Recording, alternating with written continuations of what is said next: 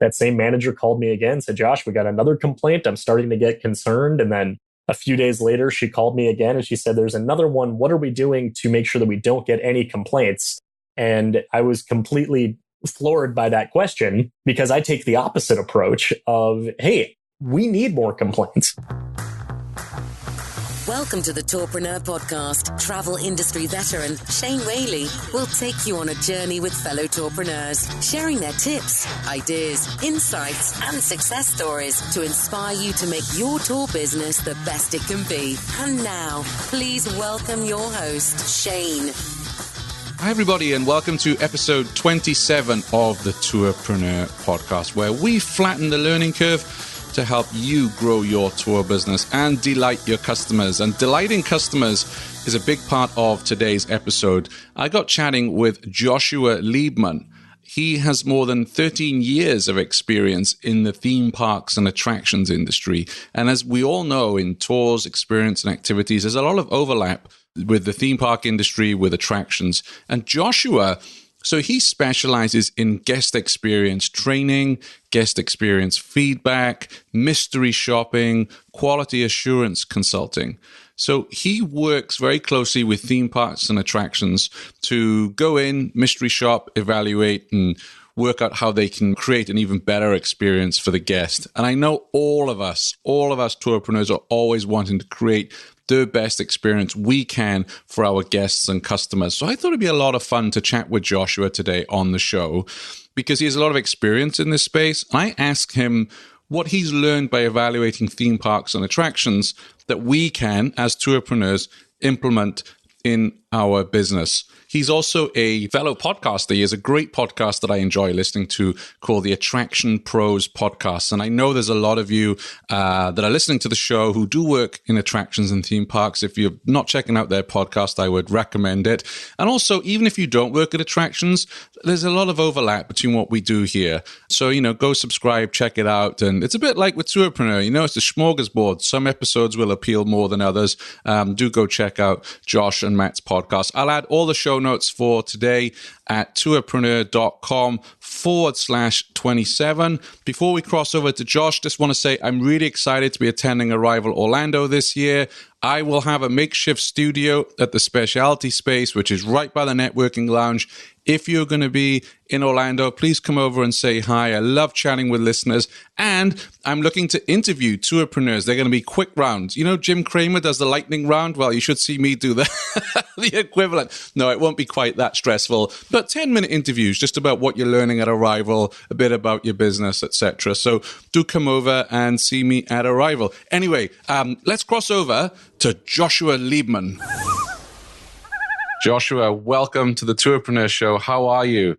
Doing great, Shane. It is great to be on your show. I have been binge listening for the last couple of weeks or so, and I am loving the content you're putting out. So it is great to be a guest here on your show. I'm humbled by that because, whenever people take time out to listen to a podcast, I appreciate it, especially with everyone in our industry who are very busy, and particularly for yourself, because before we get into the content today, I really want to pay you and your co-host a big compliment because you recently celebrated your 100th podcast episode. I know. It makes it sound like we know what we're doing. Well, you certainly sound like you do, and you've had some fantastic guests, and I really want to talk a little bit more about the Attraction Pros podcast a little bit later on the show, because there's a lot of crossover here with attractions, with tours, with activities, and especially when it comes to the guest experience. And one of the reasons I invited you onto the show is I'd really like to learn from what you've observed when you're evaluating a guest experience that our listeners who are tour operators can actually learn and implement their own business. So before we do that, maybe you want to walk us through your work at Amusement Advantage and what you guys are up to. Yeah, absolutely. So to give you just kind of the high level overview, Amusement Advantage has been in business since 1996, working exclusively with the attractions industry. So that includes everything from destination theme parks and amusement parks, water parks, everything into zoos, museums, aquariums, family entertainment centers. A couple of years ago, we started getting into the trampoline park business. We're very big in the bowling center business.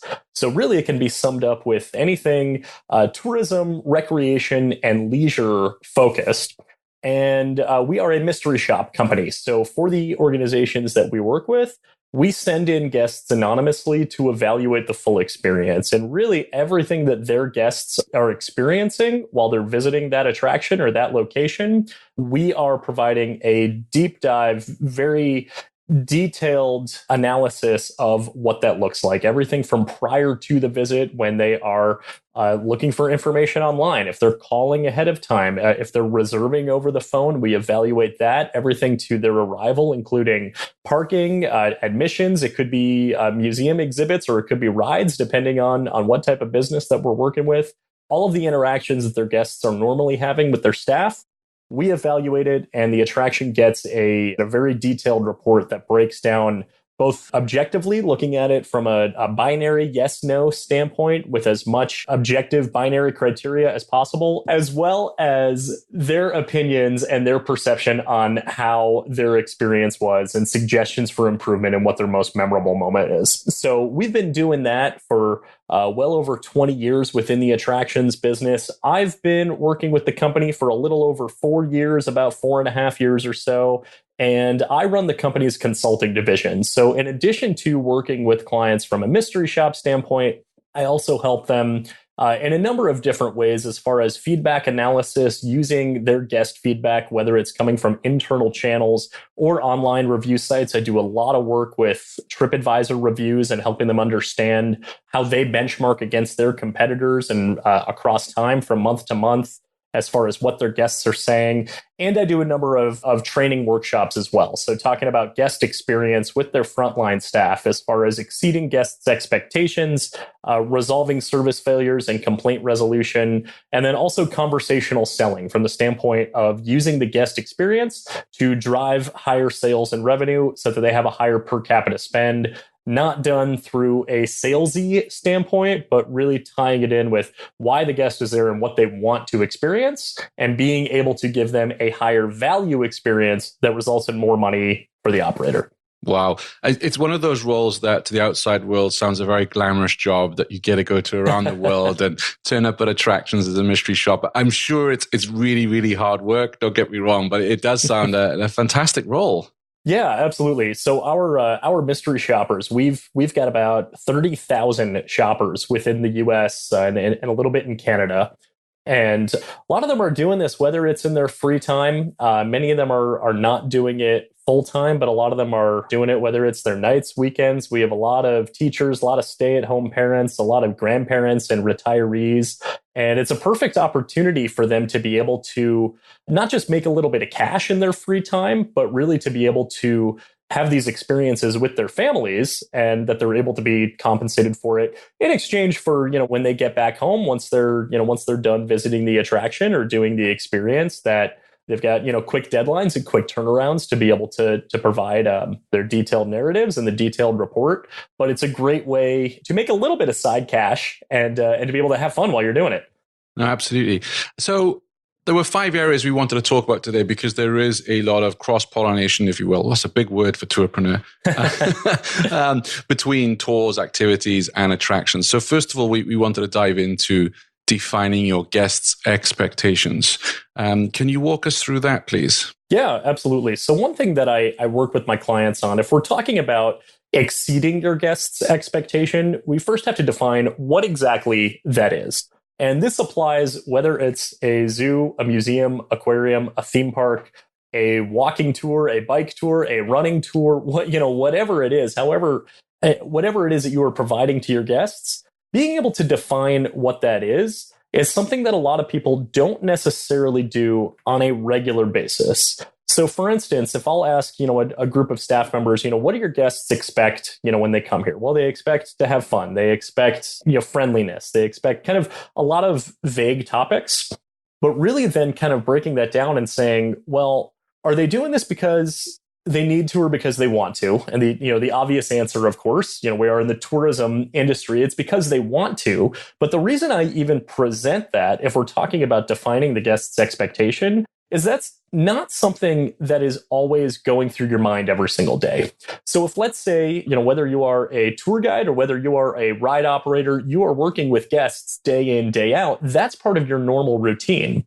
So it's very easy to lose sight of the fact that this person doesn't need to do this. This person could be doing anything else. And then I even walk them through kind of these concentric circles of saying, who's your competition?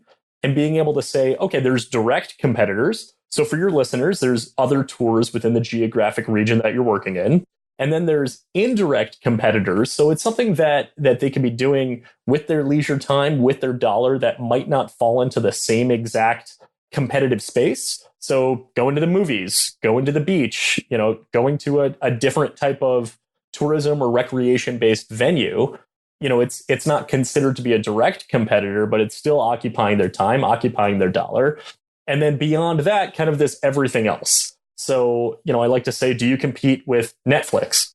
Well, not directly apples to apples, but if I'm sitting at home and I'm just watching Netflix all day, well, I'm not on your tour or I'm not visiting your attraction. So wrapping that into what it is that the guest expects when they come visit you, they're coming to visit you because they have a high expectation.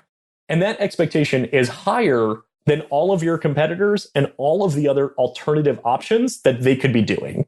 And so that's kind of the first piece of defining what the guest's expectation is, and then really breaking that down and saying, okay, well, let's look at it from a very functional standpoint and kind of a bullet point list of what your guests expect. So if your tour begins at 10 a.m., they expect your tour to begin on time, right? They expect that they are going to be safe on their tour, right? They expect that the tour is going to be efficient. They expect that they're going to be going to areas that are clean and well maintained. They expect that their tour guide is going to be friendly. They expect that it's going to be an enjoyable experience. They expect that maybe it's an educational experience. They expect X amount of donuts or X amount of slices of pizza. I recently listened to like I said, your recent episodes. And so you kind of bring all that together. And before you even want to think about exceeding your guest's expectation, you have to cover all these bases first. So it's kind of like this is your checklist on just what do we need to do to meet that guest's expectation. And then beyond that is when I talk to my clients and when I talk to their staff about, all right, now let's talk about creative ways to go beyond that. Because if you go beyond their expectation before focusing on meeting it first, then odds are you're going to fail in some capacity. Because out of that kind of list that I gave you right there, you might be focusing on one of those aspects and going full throttle on it. But as a result, some other ones might be falling to the wayside. And if you do that, then it results in a net negative experience and a service failure. And what have you seen in your experience where maybe you could give us a specific example of where someone has gone above and beyond when it comes to guest expectations? Absolutely. So when I talk about things like going above and beyond the expectation, if I'm talking about things that are like wow moments, as a lot of times they're defined, it usually breaks down into something that maybe they didn't necessarily have to do this. It didn't cost them anything to do it, but because they did it, it thoroughly exceeded the expectation. I'll give you an example here. I was mystery shopping a Ritz-Carlton once. Actually, this was several years ago. I used to consult for luxury hotels and resorts. So I was pulling up to What a tough job. What a tough job. Well, it's about to get tougher, as you see right here. So I pull up to the property and I'm checking in, and the front desk agent, he's being very polite. He's using my name several times. He's personalizing the experience, and the process is very, it's very functional. It's very efficient. And then, he kind of stops for a second before giving me my key card, and he kind of sets back and he looks at his monitor and he goes, "Mr. Liebman, I noticed you're only here for one night, and we're actually at pretty low occupancy tonight. So I notice you don't have any spa appointments booked, and that's fine. You can book one if you'd like, but you don't have to. But what I'm going to do is I'm just going to activate your key card so that you can get into the spa if you'd like. And we have a beautiful facility, the sauna, the steam room, the whirlpools, the pools out there. And I'm just gonna let you use this if you want. You don't have to. You can book something if you want, or you could just go do what you're doing here and whatnot." And so I thought about this and I was like, you know what? This was something that was really cool because that staff member, that front desk agent, was empowered to be able to provide that type of experience at something that didn't cause a detriment to anything else, didn't really cost anything except for maybe, laundering a towel or two that I may have used, or, the cost of a bottle of water. But it was something, I mean, this happened several years ago, and I still use this as an example in my workshops and in things like this, to be able to say, hey, here's an example of going above and beyond for the sake of going above and beyond and providing a phenomenal guest experience. Yeah, that's a really good example. And when I go on tours, I try two things. I try to mystery shop them, because if I say, oh, I'm Tourpreneur and I'm coming, am I getting the real experience, or is it, oh, a member of the media is coming? Right. So they tell the tour guides. Yeah, they roll out the red carpet for you. Absolutely. And also, I get a bit awkward when it comes to taking comps, because this isn't Ritz-Carlton. You've got Tony, the Brooklyn pizza tour guy. He's working hard to make a profit. So I try just to turn up and book my tours. And there, it was a good example, actually, with Tony's Slice of Brooklyn bus tours. When I turned up there, I don't know why. I mean, he must have had photos of it on his site, but it hadn't registered with me. I was expecting some mini bus thing that was, not run down, but not top of the range. And it was a wonderful coach that turned up, air conditioned, lovely seats, well kept. The driver was friendly, which is, always a bonus. and the tour guide was just, she went out of her way to make everybody who got on that bus made very, very welcome, made you feel as if you were part of the family, you were very special. And that was what resonated with me right away. And then I knew, oh, this tour is going to be a bit extra special. And I'm not just saying this because Tony was a guest on the show. I really did feel as a paying customer that, oh, this is going to be a cut above. So I think you're absolutely right. I had an expectation, which was a functional bus that's going to take me to Brooklyn. But what turned up was, and you hear on the interview, he's always fighting with his bus companies because they give him a good bus and then they bait and switch him and give him some rundown things. So he's working very hard on that, because you think about the guest, if it was a rundown old bus, right away before you even set foot on it, you're like, what's this thing? And your expectations are lowered from that. Yeah, and all of those elements of the clean bus, the friendly driver, the friendly guide, all of that is really table stakes. You go and you do that tour, and if everything just went according to plan, then you walk away feeling like you got exactly what it is that you paid for. But then the moments that create, more shareable content that people are posting on social media or posting online reviews, those are the moments where they said, okay, we understand what it is that we need to do to meet that guest's expectation. And now we're going to do X, Y, Z. Once we've done all of that, to then go above and beyond and exceed it and create something that's going to be a lasting memory that's going to go far beyond the end of the tour. Yeah, no, you're absolutely right. The other thing that Tony does on his tours was, and I mentioned this because it's the last tour I went on, so it's much fresh in my mind, but there was a skip the line effectively with the pizza places you went to. And I didn't realize that like the first place we turned up to, they were lining up round the corner at 11:30 to get in the place. I mean, it's very, very popular. Whereas we just strolled on in to a point where the tour guide, Paula, even said, look, if anyone gives you any crap, just ignore it because they won't like the fact you're walking in. And immediately you're like, wow, this is a real VIP experience. You feel like you're being whisked in, and you're talking about guest expectations. I mean, Tony's had to sit down with those suppliers, with those pizzerias, and say, hey, if I'm going to bring all these people in, I want them to skip the line. I want them waiting outside, and he's running a tour. So I'm just trying to understand, from what you do in your consulting of exceeding expectation, how tour operators listening today, I hope what happens is they start to get the creative juice going and think, okay, this is the standard of a tour. This is where I can go a little bit extra. Yeah, absolutely. And to kind of, use that example right there, one of the things I do too is talking to my clients about how they can use their guest experience to drive not only higher sales and revenue, but stronger perception of value. So you get off that bus at that pizza place and you've got that line that's wrapped around the corner, and you walk past that line and kind of have this, this sense of VIP, almost this sense of royalty. At every single stop that you do that, that's just going to make that tour feel more and more valuable, and frankly commands a higher price to be able to do that. One of the things that's very big in the theme park industry, because, well, we have long lines at just about every facility, and many of them are capitalizing that and monetizing that. And for instance, if you go to a Six Flags park, you can get the Flash Pass, which allows you to bypass the line. And you go there and you look at the entrance to the ride and it says there's a 90-minute wait. You might be there on a Saturday in the middle of the summer on a peak day. And you go, well, it's a good thing I just paid like over $100 for that pass. And then you're just going right up to the front of the line. You are paying more and you are having a good experience, a better experience. And that's one of the things that I see a lot because, like I mentioned, I do a lot of work with TripAdvisor and with online reviews, and particularly how value perception and price sensitivity are aligned. And here's one thing that has been really cool to notice over the years, and it seems to just continually reinforce itself the more I dive into this area of research and using guest feedback, is that people who are most likely to praise the value of their experience are the people who have purchased your most premium option, and therefore they have spent the most money.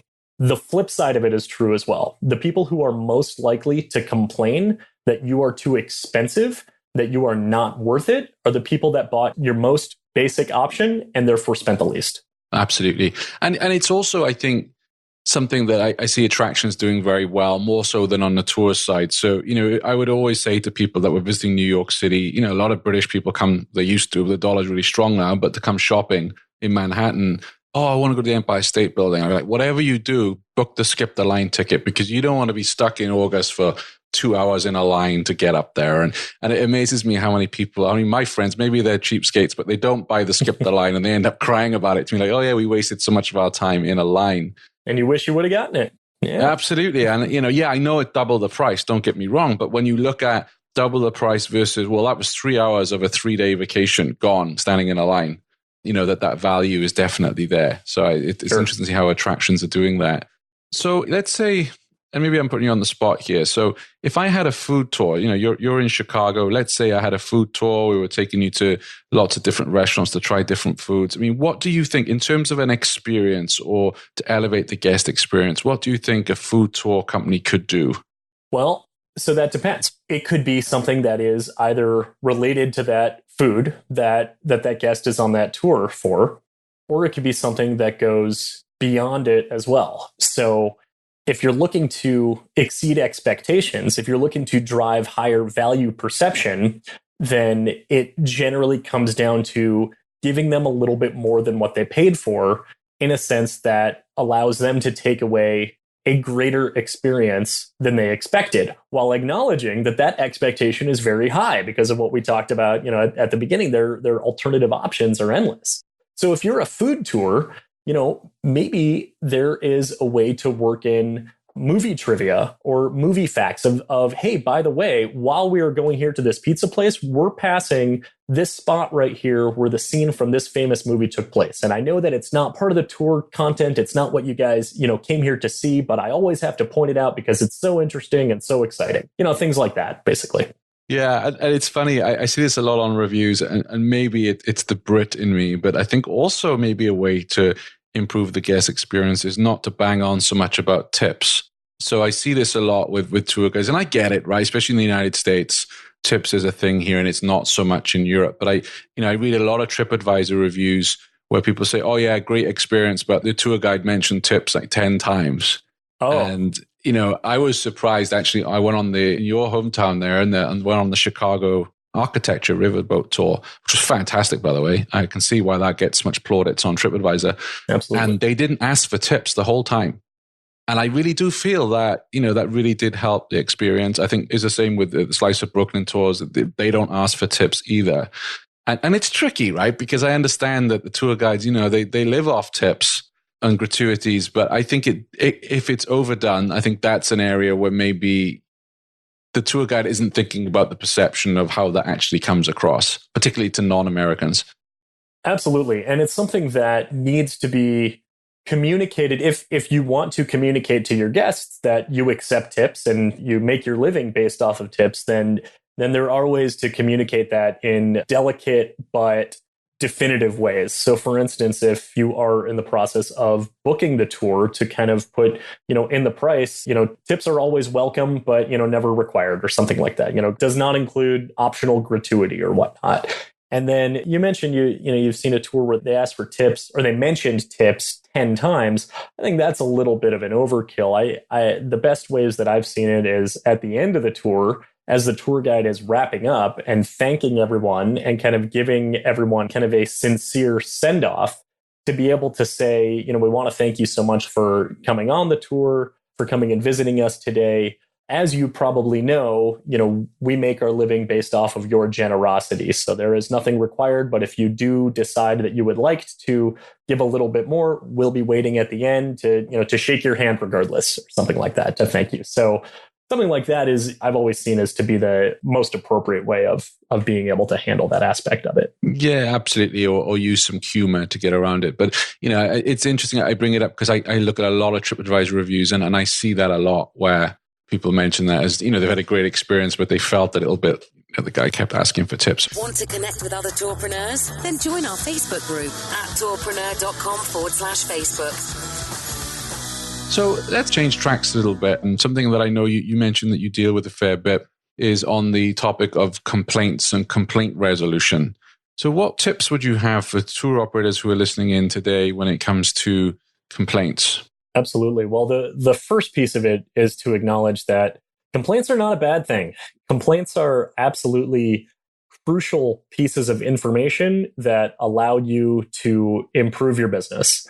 And there are stories that I tell of several years ago where I was a manager in a theme park, and another manager I was working alongside called me up and said, "Josh, we got a complaint," and I said, "Great, thank you," and called the guest, and we worked through it, and the guest was very satisfied. And a few days later, that same manager called me again and said, "Josh, we got another complaint. I'm starting to get concerned." And then a few days later, she called me again and she said, "There's another one. What are we doing to make sure that we don't get any complaints?" And I was completely floored by that question, because I take the opposite approach of, hey, we need more complaints, because we need for our guests to be able to tell us what it is that they enjoyed about their visit. But even more importantly, how can we improve this experience for the future? So the two most important reasons why complaints are so important is, one, that you'll be able to implement solutions and implement changes and improvements to your business for future guests. But it also gives you the opportunity to recover from that specific guest as well. And if a guest comes to you and tells you the complaint through an internal channel versus going on to TripAdvisor or other online review sites, then you really have not only an opportunity to make it right, but to actually be able to make it even better. And there is a lot of research that's been done around service failures and complaint resolution. And there's this concept called the recovery paradox. And what this says is that if a guest has a poor experience and they complain about it, and you fix it, and you fix it correctly and properly and doing it in the correct ways, that their level of satisfaction after having gone through that experience is oftentimes higher than guests who come and visit you and have a normal, satisfactory experience. So not only is it not the end of the world when a guest complains, but it's also an opportunity to create a potential lifelong loyal advocate who's now going to post a very positive review online. And they might say, "Hey, we had an issue on our tour because we expected this and it fell below, but Shane took care of it. And we are so happy with how professionally he worked with us to make sure that he was able to, win back our business." A review like that isn't a negative review. That's basically acknowledging, hey, you're human. You're a business that's run by people. You're not going to be perfect 100% of the time. You should never expect that you will be. Of course, you want to be proactive. You want to be able to eliminate every single possible friction point or any potential guest complaint. But at the end of the day, especially as your business continues to grow and you are serving more and more guests on a daily, weekly, monthly, yearly basis, there's going to be some people who are going to fall through the cracks. And when they do approach you and when they do complain, that's an opportunity for you to be able to take that and create something very special from it. And maybe you can give us a tip or two about, so you're calling up Jane Smith, who's made a complaint about, maybe the tour didn't leave on time or the bus was poor or whatever it may be. How do you approach that call? And I say this because I think for a lot of tourpreneurs listening in, we do take it personally because unlike Universal, which is a huge concern, or Disney. The tour is a family-run business, or it's the tourpreneur's business. So, it's hard not to take that criticism or complaint personal when you put so much into it. So what tips would you have when you're going to call Jane or John Smith to talk to them about their complaint, based on your experience? Yeah, well, the first thing that you mentioned is that they do take it personally. So the first step of that is, it would be very easy to just say, don't take it personally, but I'll take this a step farther, because I've seen this so many times where your passion and pride get in the way of helping the guest. And it's very easy to tell a guest that they are wrong when they are wrong, right? So the first step is letting that guest be right, even if they are wrong. And that is the hardest thing to do when you are so personally involved in it. And when you are impacted by this complaint. There's an example that I talk about if I'm talking about proper ways to respond to complaints online, that it's a tour company. I won't say where it is, or I won't say what it is, but it's an animal-based interaction company, and they're actually very highly rated within their region. I was going through their TripAdvisor page once, and it was just so overwhelmingly positive that there was this one review that stuck out that was a complaint, and it wasn't the complaint that I remember seeing this, because this was now maybe 4 or 5 years ago that I remember seeing this review. But it was the response to it, and it was the way that the owner took it personally. The complaint involved something of, your facility was very dirty. There was trash everywhere. I could smell the animal waste everywhere we went, everywhere our tour guide took us. Our tour guide was not friendly. They were mean, and we could hear over the radio. We could hear the manager swearing, and all the guests in the party could hear it. That's a pretty substantial complaint. The review's response said, we're all shocked to read this review. And it's like, okay, good. You should be shocked to see a complaint like that when everything else is so positive. And then it continues to say, because none of this is true. Our facility is immaculate. Our staff members, our tour guides are so friendly. Our manager would never swear on the radio, especially in front of children. And, we are strongly asking you to delete this review. Something like that is not going to fix the situation. That guest who posted that is not going to read that and say, oh, okay, well, I was wrong. And neither is anyone else who's considering booking that tour to say, oh man, I can't believe that this person wrote this review, but clearly they're wrong in every single aspect. That's not what happened. What happened is that you look at it and say, all right, somebody had a bad experience, and the response to it was way worse because they took it so personally. So that first step there is taking your passion and pride for your business and actually being able to set that aside and acknowledging that that's not an easy thing to do, but acknowledging that even if the guest is wrong, let them be right if they are coming to you with a guest complaint. Because if they come to you to complain instead of posting on TripAdvisor, then now you've got that opportunity to work with that guest and be able to set the record straight in time through going through, the process of service recovery, so that it turns into a positive review and it turns into a guest leaving with a better understanding of what they initially may have misunderstood. Sure. And when it comes to online reviews, what's your advice around dealing with particularly the negative online reviews? So it's already been left, right? It's already been put on TripAdvisor or whatever. What's your advice around that? Well, the first is knowing that if you're getting this review online, you may or may not have been there in that particular instance, or you may or may not remember that specific guest. And perception is reality. So if the guest perceived the experience to be negative, again, it kind of goes back to, it doesn't really matter if they're right or wrong, because now this is what has ended up online. So your response back to that should be something that really overpowers it from a guest service standpoint, but also allows that guest to be upset. So remember that you are not just talking to this guest face to face, but now you are in this public arena where really all the world can see if they're looking you up. So the first is acknowledging that they're frustrated and expressing regret for what may have happened. And because you perhaps were not there, you want to apologize, but not necessarily for the cause of what happened, but for the effect. So think about this. If they say, our tour guide wasn't friendly at all. Let's use that. That's a subjective comment. So that's an opinion that they weren't friendly. Now, I mean, there's kind of, points of friendliness that are, that some are arguable, some are not, and whatnot. But if, let's say, our tour guide Shane wasn't friendly, I wouldn't respond back to that and say, oh, I'm so sorry that Shane was rude, or I'm so sorry that, Shane wasn't friendly.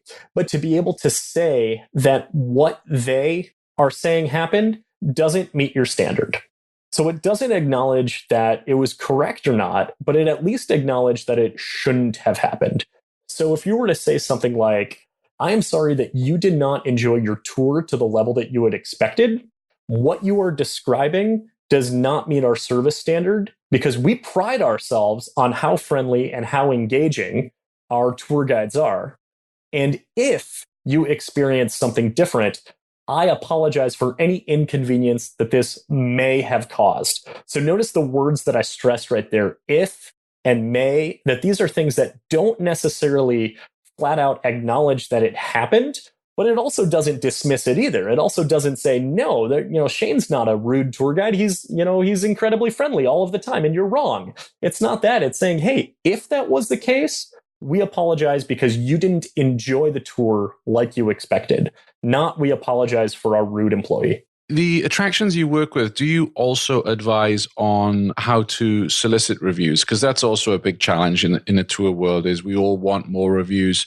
Is that similar in the attractions world? Absolutely. Yeah. Our industry, and I mean that, as one, we are driven by online reviews, or rather our guests are driven by online reviews. I saw a recent study by Forbes that said 90% of prospective travelers are heavily influenced by online reviews, or that online reviews heavily influence their booking decision. So you absolutely need to be focused on soliciting guests for positive reviews. And, there are right ways and there are wrong ways to do that. And the biggest part of it, I would say, is timing. The second part of it is which channel are you most focused on? I primarily work with attractions who the majority of their reviews are on TripAdvisor. I have found personally that Yelp isn't that great of a resource, at least for the attractions industry. Very good for restaurants. I can't comment on specific tours, but I think that TripAdvisor and Google reviews, that those two are probably two of the primary places where people are posting and where people are researching. So to be able to kind of identify, well, what's the channel that we want to drive our guests to, and what's the way that we want to do it? So the first is being able to actually segment your guests. So if we need to do this complaint resolution for guests who may not have been satisfied, it's finding out who those unsatisfied guests are before we ask them for an online review. There are so many businesses that I work with where I'll read a review online that says, I had a bad experience, so I went up to this employee to complain, and they told me to post a review online because they're so involved with managing their online reviews. Wow. And I'm like, okay, First of all, it's good that they're focused on managing their online reviews. Second, something is backwards here. Yes. So instead of saying, go post online so we can read about it, it's, hey, you came to me in person, or being able to solicit feedback in general to find out whether guests are satisfied or dissatisfied. Once you've determined who your satisfied guests are, you should absolutely be saying, hey, we are heavily driven by guest feedback, and many people find our tour because of websites like TripAdvisor or whichever online review site you're focused on. So if you had an excellent experience, I look forward to reading your review online. And if you have anything that is less than a 5-star experience, I am here. I'm going to be here, for the rest of the tour, for the, whatever opportunity the guest has to be able to speak with you after, to be able to share your feedback so you can go into that recovery mode. Another small piece of it too is that also acknowledges that not every dissatisfied guest is going to complain personally after the tour. They might still post that negative review. But if you are focused on segmenting your guests in that way, and the vast majority of your reviews are positive, then that negative review here and there is barely a blip on the radar. And there's another stat that I saw. I can't remember the exact source. I can't remember the number, so don't quote me on it, but it was somewhere in the 70s, like 73 or maybe 78% of prospective visitors or prospective travelers do not trust a perfect rating. So if you have an all 5-star review, that actually doesn't necessarily work in your favor versus if you had like 4.9. It's like, come on, you've been in business for how long? You've served so many people and not a single one of them, had a poor experience while they're visiting you. That's more concerning than 1 out of 20 reviews being less than perfect. Yeah, and I think that's something we certainly see with online hotel booking, right? You can go through and a hotel is rated at 8 out of 10 and there will be 8 great reviews and 2 where they're a bit, oh, it was dated or whatever else. And you think, well, yeah, but 8 other people have said it's fine. So I think you're absolutely right. Did you know every weekday Shane curates the most interesting news articles in tours and activities and sends them out in a snappy daily digest? Grab your copy of the Tourpreneur Daily Briefing at www.tourpreneur.com. For you, I don't know if you can say this because, you do consult with lots of attractions, but I'm really intrigued to know which attraction do you think right now delivers the best guest experience and why? Ooh. When have you been completely wowed? Wowed. Oh man, that is a loaded question because I feel like we could really break this down into various different segments. If you look at the theme park industry, Disney still very much is the gold standard that a lot of people look up to. And in fact, a lot of other types of attractions, whether it's specifically in that space or maybe in more cultural tourism or even somewhere in family entertainment, really look to that to saying, well, how can we be like Disney? So, I suppose that's the easy, obvious answer. But if we were to kind of go a little bit deeper in the theme park industry, I'd say Herschend Family Entertainment is also a company that's known for very authentic, very genuine service. And by Herschend, if you're not familiar with it, they're the parent company of Dollywood in Tennessee, as well as Silver Dollar City in Branson, Missouri. And you go to either of those places and you can tell they're not just churning through employees left and right, that there are people who have been there for so many years and they're there because they genuinely want to be there. And you can sense just a little bit, frankly, in some ways, it's better than Disney, which is so, I mean to say this in a positive light, but so focused on making sure that everyone is friendly and smiling and happy versus people who are just genuinely that excited to talk to you. That's one of the first examples that I could think of. I'd love to know what that training program looks like, to get everybody that happy and friendly, and what they're giving them for breakfast. Right. Yeah, exactly. Yeah, and it's interesting because recently I just talking about improvements, and I think this is what all of us can do as tourpreneurs when we are going to different attractions or even to hotels, is look and say, what are they doing well? What can I implement in my business? And I went to a fairly new New York City attraction recently, which is Spyscape, which is an interactive spy museum. And I walked in there with some friends and you get the bag check.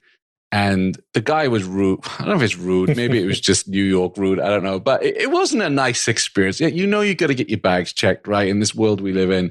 But I thought, wow, my first experience of that whole attraction was not very positive. Right. He wasn't very friendly. They were lucky because I'd pre-bought my tickets on the tickets app. So I was already going to go in there. But then I thought about it afterwards and I thought, well, this is your world, not mine, by the way, Josh. But just, I thought, well, if they dressed him up in a KGB outfit or a Russian uniform and made that Checkpoint Charlie or something, and he could be as miserable as he likes because that's part of it. It's an immersive spy experience, right? That's you go and become a spy in there. I'm like, the guy could be as miserable as he wants. And you're like, whoa, it's part of the experience. It's like, the full Soviet going over a border. the authenticity. If you want to talk about a bag check experience that has been integrated with the service standard, look at Universal Orlando. About 4 or 5 years or so ago, a lot of the major theme parks implemented metal detectors into their arrival process, which is phenomenal. It was done purely proactively, which has been just so amazing to see the industry. It always just has such a phenomenal safety standard, but it's always just being challenged and saying, okay, well, what more can we do to make sure that our guests are completely safe while they're here? And a bag check process, if you think about TSA, you think about something that's not necessarily going to be the warmest, fuzziest experience. In some cases, there are. You go to a few airports, I've seen very friendly TSA agents. Yeah. But I think Universal recognized this pretty early on to say, hey, this bag check experience, it's going to be required, and it's going to be required because of safety-related procedures that we're putting in place. But it's also the first experience that guests are having when they come visit the park. And if they have that experience that you had when you visited that museum of just, hey, here's a grumpy security guard who's checking my bag because they need to, then it kind of puts you in a little bit of a funk when you now walk through and now you're supposed to be in this phenomenal place where you're having this amazing time. Universal did a great job of this where you walk into the hub area. And I remember when they first announced it, I thought, how is this going to work? This is going to completely slow down the arrival process. This is going to be a miserable experience. And then I got there and it couldn't have been farther from the truth. You go into the hub, which is kind of where the two parking garages connect, and everyone has to pass through it if you're parking in the main parking garage. And there's music playing like there always was. And there's staff members there, and there's a concession stand there like there always was. And they're friendly staff members because they're greeting you. And now they've created way more checkpoints or way more lanes open than you would see at the airport. So you're actually barely not even waiting in line. You don't stop moving at any point, and security is there, and they are smiling and they are welcoming you and they are getting you through an efficient process. And by the way, they're also checking your bags and they're reviewing the scanners and the metal detectors to make sure that everyone who's coming in is coming in there because they should be there, and they're coming there to have an enjoyable experience with everybody else. So that's their primary function. But there is no reason why you can't be providing an excellent service to your guests while you're doing the required functional aspect of the experience. Yeah, it's a slick operation. I like Universal. And something I will share with you as well that I admired about them, but it was really frustrating for me at the time. So this was when I was regional director for Get Your Guide, and we were selling Universal tickets. And I really wanted, I forget what it was called. It was their Skip the Line Fast Access Pass. And I'm like, we can sell loads of those for you. And what about, when people show up and there's not that many lines, they've already pre-bought, you've got that revenue locked in, because I realized I really wanted that on the Get Your Guide site.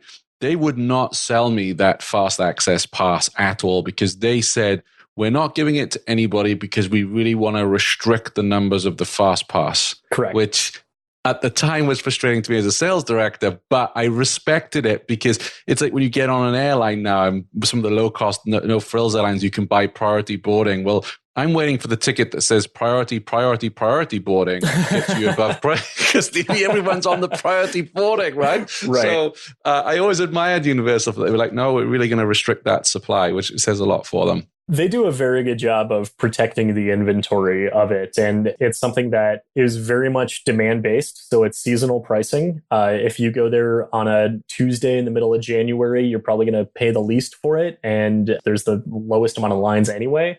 You go there the week between Christmas and New Year's, you're probably going to pay over $100 a person for that pass. And they sell out on those days. And you're still going to be waiting in a long line. So it's a way to be able to do the best they can with dividing out the crowds and at the same time optimizing revenue. And, like you said, they protect that. Like employees can't get discounts on that. I mean, they don't give those away for free at all because they want to make sure that the people who are buying it are being able to get the value that they get from that. So it goes back to the people who spend the most will generally see the highest value in it, but you need to have those internal controls as well to be able to maintain and manage that.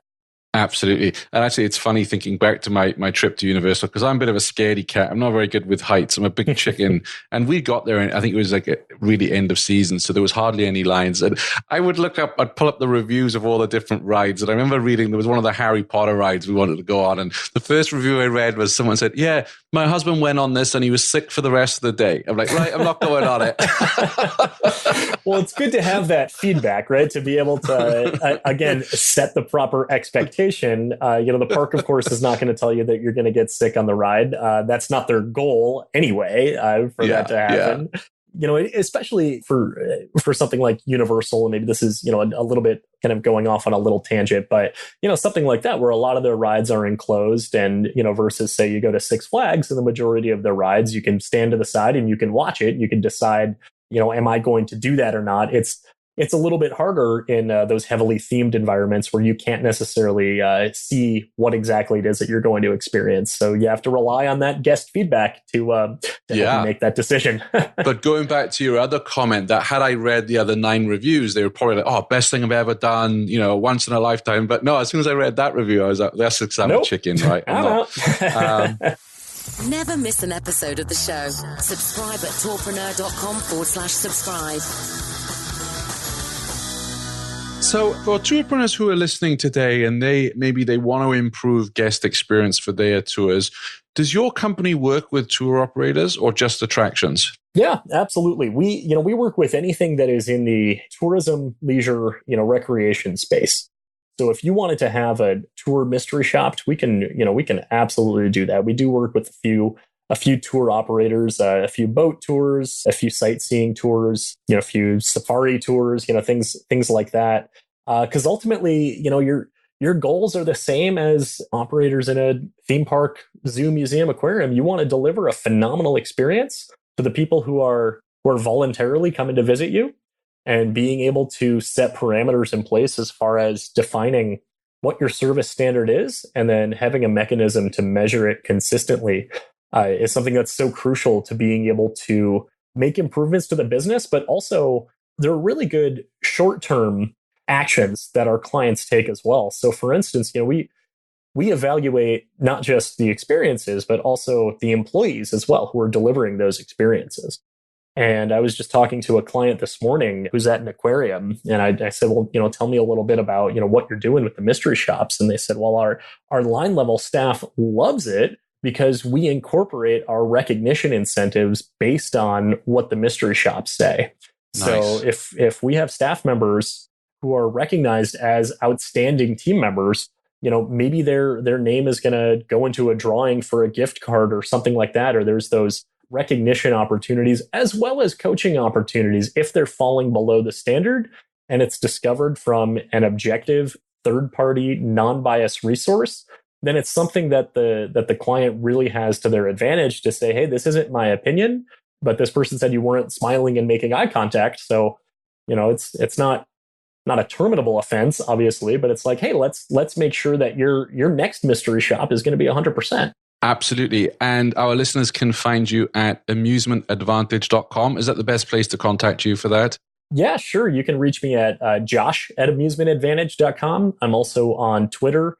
I'm on LinkedIn. You can reach me through either of those sources. My Twitter handle is Joshua_Liebman. So that's LIEBMAN. Great. And I'll add all those into the show notes for our listeners who are on the move and might not be able to grab a pen. So I'll add that to the show notes. I wanted to quickly talk about your podcast as well, because I know we have quite a few listeners who have that crossover, and some of them are our daily brief readers, work for attractions as well. Tell us a bit about the podcast, Attraction Pros Podcast. Yeah, absolutely. So it's like you mentioned at the beginning of the episode, we recently just hit our 100th episode. So we've been doing it for just about 2 years now. And it was something my co-host and I, Matt Heller, he and I have known each other for several years. And we've kind of just been in the industry together for a while. And we've, collaborated on a number of projects before.